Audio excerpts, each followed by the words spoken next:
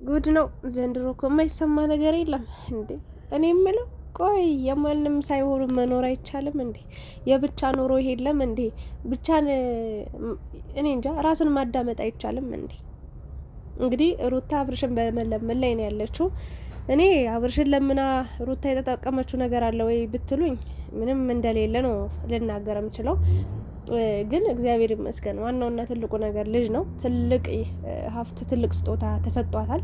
ትልቅ በረከት ነው። ይሄ ደስ የሚል ነገር ነው። ከአብርሽ የተጠቀመችው ነገር በማልቀሷ እሱም በመለመኗ ያገኘችው የተጠቀመችው ጥቅም እሱ ነው። በእርግጥ ይሄ ከምንም ነገር በላይ በጣም ይቀድማል፣ በጣም ይተልቃል፣ በጣም ይበዛል፣ በጣም ዋጋ ያለው ነገር ነው። ነገር ግን አሁን ላይ በፍቅር ለምነው ትዳር ላይ እያሉም ለምነው አልቅሳ አሁንም ወልደው ራሱ ለምናው ነው።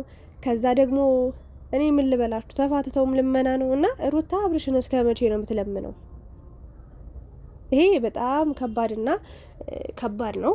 በመቀጠል እንግዲህ የሩታ እህቶችም አክስቷም ዛሬ ከደስታ ጋር መሆን እንዳለባት፣ ደስታን ማግባት እንዳለባት፣ ደስታን የፍቅር ጥያቄውን መቀበል እንዳለባት እንግዲህ ደጋግመው እየነገሯት ይገኛሉ። ይሄ ነገር እኔ ደስ አላለኝ። የእውነት ለመናገር ደስ የማይል ሀሳብ ነው። ሩታም ይሄንን ነገር በጭራሽ ልቀበል አልችልም ነው እያለች የምትገኘው። ይህ ህይወት ነው። የሆነ ሰዓት ላይ ተሞክሮ መተው፣ ከዛ የሆነ ሰዓት ላይ ደግሞ ሞክሮ ከዛም እዚህም ሰው ጋር መዝለል አይደለም ህይወት ኑሮ። እዛም እዚህም ሰው ጋር መሆን አይደለም። እግዚአብሔር የማይፈቅደውን ነገር ነው አድርጊ። እናንተ ትልቅ ናችሁ አይደል እንዴ? ከቻለች ትዳሯን እንድትመለስ፣ ኑሮዋ ህይወቷ እንዲስተካከል፣ ወደ ነበረበት እንዲመለስ፣ ልጁን ከአባቱ ጋር እንድታሳድግ እንድትኖር ብትመክሯት ወይም ደግሞ የሆነ መፍትሄ ብትሰጧት የተሻለ ነበረ። ካልሆነ ግን በራሷ ጠንክራ በራሷ በርትታ ያለ ማንም ድጋፍ ያለ አብርሽም እሱ አሁን ያለ አንቺ መኖር እችላለሁ ብሎ እየኖረ ነው አይደለ ህይወቱን። ስለዚህ እሷም ያለ አንተ መኖር እችላለሁ ብላ መኖርን እንድትለምድ በራሷ መቆም እንድትችል ሁሌ ከሱ ምንም ነገር መጠበቅ እንደሌለባት ያለሱም መኖር እንደሚቻል ማሳየት ስትችል ድጋሚ ዝቅ እንድትል ድጋሚ እንድትለማመጠው ነው የሆነው። አብርሽን እዩት። አሁን ልጅ ነው የሚቀድመው ሚስት ነው የምትቀድመው ብላችሁ ታስባላችሁ? እቺ ሴት ስንት ዋጋ ከፍላ ህይወቱን ዘመኑን በሙሉ በብዙ ነገሮች በበረከት የሆነ እውነት ለመናገር ሩታ ከመጣች በኋላ ነው። የእውነት እናውራ እንነጋገር ከተባለ ስለዚህ ያን ሁሉ መስዋዕት ከፍላ እዚህ ደረጃ ደረሰችውን ሚስቱን ነው ማስቀደም የነበረበት ወይስ ዛሬ የተወለደ ልጅ ነው? የእውነቴን ነው። ይሄ በጣም ማስመሰል ነው። አሁን ለምሳሌ ወደ ሃይማኖት ልወስዳችሁ ነበር ግን ልተውና ብቻ ከአብራኮ የወጣውን ልጁን ፈልጎ እሷን አልፈልግሽም ማለት በጣም ከባድ ነው። ምክንያቱም ቀድሞ የሚያውቃት እሷን ነዋ፣ ቀድሞ ያገኛት እሷን ነዋ። በእሷ ምክንያት ነዋ ልጅ የተገኘው፣ እሷ ነቻ የወለደችው። የእውነት እንፍረድ እናውራ ከተባለ ሚስት ነች የምትቀድመው ከምንም ነገር በላይ ማለት ነው። ልጅ ነገ እናቱንም አባቱንም ትቶ የራሱን ህይወት ይጀምራል። ለሚስቴ ማለት ይጀምራል። ሴትም ከሆነች ለባሌ ማለት ትጀምራለች። ኑሯችን ህይወታችን የተጻፈልን እንዲህ ነው በቃ። ግን አብርሽ አሁን ላይ ልጄ ነው የሚለው በቃ ልጄ። ግን አንድ እውነት አውቃለሁ፣ አብርሽ ሁለት ያጣ መሆን አይፈልግም በዚህ ሰዓት። በቃ ከሩታም ውጭ መሆን አይፈልግም፣ ከሄርሜላ ውጭ መሆን አይፈልግም። ከሆነ ሰው ጋር መጠጋት ይፈልጋል። ሩታን ቢያጣ ሄርሜላን መያዝ ይፈልጋል፣ ሄርሜላን ቢያጣ ሩታን መያዝ ይፈልጋል። እና ግን አሁን ላይ ሩታን በምንም ተአምር እሷ ጋር እንደማይመለስ እንደማይፈልጋት ደጋግሞ እየነገራት ይገኛል። በሰውም በራሷም በልጇም እየለመነችው እየተማጸነችው ትገኛለች። ጭራሽ እሷን ማግኘትም ማየትም ማውራትም አይፈልግም። እና እኔ የምለው እንደኔ አክስቶቿም እህቶቿም አክስቷም ብትተዋት የራሷን ኑሮ ትኑር፣ የራሷን መንገድ ራሷ ትፈልግ። ወንድ ጠፍቶ ነው እንዴ? ወንድማሽ ወንድ እኮ አለ። እሷ የፈለገችው ዋጋ የከፈለችበትን ትዳር በዋጋ የገነባችውን ደሟን ሳይቀር ጠብ አድርጋ እንባዋን ሳይቀር ጠብ አድርጋ የገነባችውን ትዳር የገነባችውን ኑሮ የጀመረችውን ህይወት ነው ማዳን ማስተካከል የምትፈልግ እንጂ ወንድ አጣ አይደለም። ትክክለኛ ፍቅር ስላለባት ነው የትም ያልሄደችው። ትክክለኛ ፍቅርማ ባይኖርባት ኑሮ የፍቅር ትርጉሙ ባይገባት ኑሮ ሌላ ሰው ጋር መሄድ አርግዛ እንኳን ፈላጊ ነበራት። በነገራችን ላይ ሴት ልጅ ነች፣ ራሷን የምትጠብቅ ሴት ነች፣ ጀግና ሴት ነች፣ ጠንካራ ነች። የፈለገ ቢከፋት ምንም ብትል እኮ እየሳቀች የምትመጣ ሴት ነች። እናቃታለን ሚዲያ ላይ። እሷ ይሄንን ትዳሬ ላትርፍ፣ ይሄንን ትዳሬ ላድን። አብርሽ የሄደው የውሸቱን እንጂ የእውነቱን አይደለም። ለጊዜው አዝኖብኝ ነው፣ በቃ በጣም መጥፎ ስሜት ተሰምቶት ነው ይሄንን ውሳኔ ወሰነው። በቃ እኔ በጸባይ በጥሩ ስለ ምግባር በጥሩ መንፈስ አውርቼው ወደ ራሱ እንዲመለስ እሱንም እኔንም ከጥፋት ላድን ብላ እንጂ ሰው ወንድ አጣ አይደለም። ከደስታ ውጪ ስንት ሺህ ወንድ አለ አይደል እንዴ?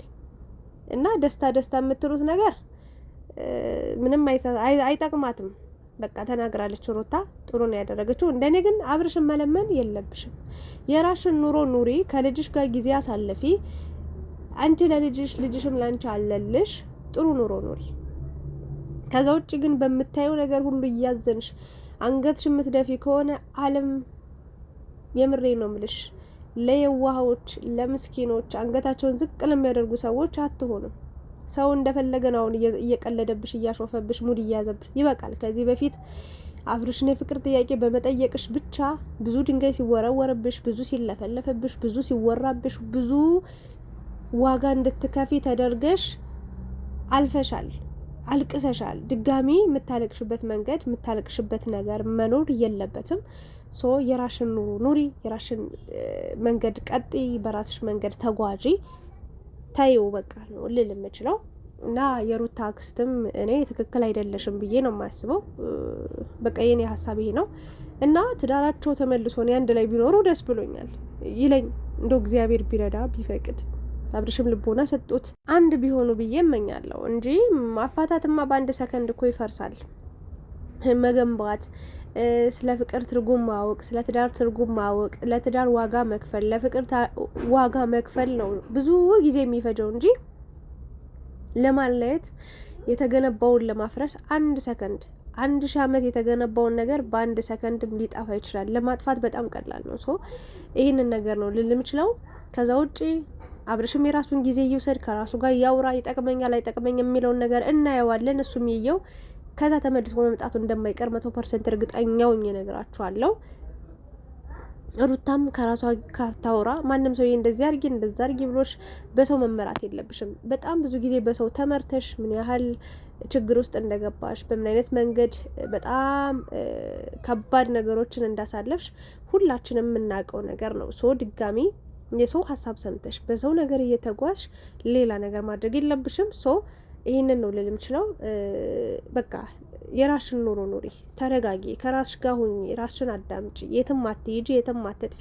ሚዲያ ላይ ፈጣሪ ይመስገን ብዙ ሰዎች እስከነ ስህተትሽ እስከነ ድክመትሽ እስከ ጥፋትሽ የሚወዱሽ ሰዎች አሉ 100%። ልክ እኔ አሁን በፊት በጣም ተቃውሚያት ነበረ፣ በተለይ አብርሽ ላይ ያደረገችውን ነገር ለምን ብዬ ሁሌ እኔ ከእውነት ጎን ነው መቆም ፈልገው እግዚአብሔርን ነው። በተለይ መጀመሪያ ለሴት ልጅ በጣም አደላለሁ። ምክንያቱም ወንድ ልጅ ነግሬያችኋለሁ፣ ስለ ወንድ ልጅ ብዙ ነገር አውርቻችኋለሁ። ለሴት ልጅ ቅድሚያ እሰጣለሁ የእውነቴን ለመናገር እና ከዛ ቀጥሎ ለእውነት እቆማለሁ። ባለፈው የሆነ ነገር ስታደርግ አብርሽን ስታስከፈው ስታስቀይመው ተጋብተው ነው በነገራችን ላይ እሱም ብዙ ነገር አድርጓል። ግን ያኔ ስታጠፋ ወቅሻታለሁ፣ ተናግሬያታለሁ። ለምን እንደዚህ ሆነ፣ ለምን እንደዚህ ያደረግሽ፣ ዋጋ ነገ ትከፊበታለሽ ብዬ ሀሳብ ሰጥቼ ነበረ። ግን አሁን ደግሞ ተመልሼ አንቺን መደገፍ የጀመርኩት አንቺን አይዞሽ ማለት የፈለግኩት አንድ ሴት ነሽ፣ ሁለት ይህንን የመሰለ ቆንጅዬ ልጅ የወለድሽ እናት ነሽ። ምርጥም ጀግናም ከጀግናም በላይ ጀግና ሆነሽ ታታሪ ሆነሽ ነብር ሆነሽ አንበሳ ሆነሽ እዚህ ደረጃ ላይ ደርሰሻል። ስለዚህ ከአንቺ ብዙ ትምህርቶችን እወስዳለሁኝ። ጠንካራነትሽን አደንቃለሁ። አሁን ላይ በዚህ ልክ መገፋት አለብሽ ብዬ ስለማላስብ ሄርሜላ የገባችሁ አገባብ የመጣችሁ አመጣጥ ትክክል አይደለም ብዬ ስለማምን፣ ምክንያቱም አንቺ ባገነባሽው አንቺ ዋጋ በከፈልሽበት አንቺ ባመቻቸሽው ኑሮ ውስጥ ገብታ የኔ ካልሆነ ብላ በሷ ላልሆነ ነገር ላይ ስትታገል ለመግባት ብዙ ነገር ለማድረግ እንዲህ ስትፍጨረጨር ማየት ያማልና በዛ ምክንያት ከአንቺ ጎን ልቆም ችያለሁ እና ወደፊት እግዚአብሔር ጥሎ አይጥልም። ሰው ሊጥለን ይችላል።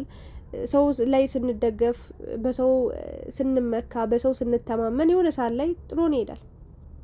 አብርሽ አንቺ ጥለሽው እንዳትሄጂ የሆነ ቀን ላይ አንቺ እንዳትጣየው የሆነ ቀን ላይ አንቺ እንዳትርቂው የሆነ ቀን ላይ ነበር ፍርሃቱ። ዛሬ ላይ ግን እሱ በፍቃዱ ሰዓቱና ቀኑ ሲደርስ ጥሎሽ ሄዷል። እሱ ደግሞ ፈጣሪ ያውቃል። ላንቺ ያለው ደግሞ የትም አይቀርም፣ የትም አይሄድም። እግዚአብሔር ካንቺ ጋር ይሁን። ፈጣሪ ካንቺ ጋር ነው። ሌላ ህይወት ውስጥ እንዳትዘፈቂ፣ ሌላ ታሪክ እንዳትጀምሪ፣ ከራስሽ ጋር ሁኚ። በቃ ህይወት ይቀጥላል። ተረጋጊ፣ ራሽን አዳምጪ፣ ጤነኛ ሁኚ ነው ልል የምችለው። ይሄ ነው ሀሳብ አስተያየቴ። እናንተ ሀሳብ አስተያየት ምን ይመስላል? ሀሳብ አስተያየታችሁን ኮሜንት ላይ አስቀምጡ። የኔ ውዶች ወዳችኋለሁ። ሆሳና በአርያም ብዬ እንኳን አደረሳችሁ ማለት ፈልጋለሁ ለተዋህዶ ልጆች። ስለነበረን ቆይታ እያመሰገንኳችሁ ላይክ፣ ሼር፣ ሰብስክራይብ አድርጉ። በሌላ ቪዲዮ እንገናኛለን።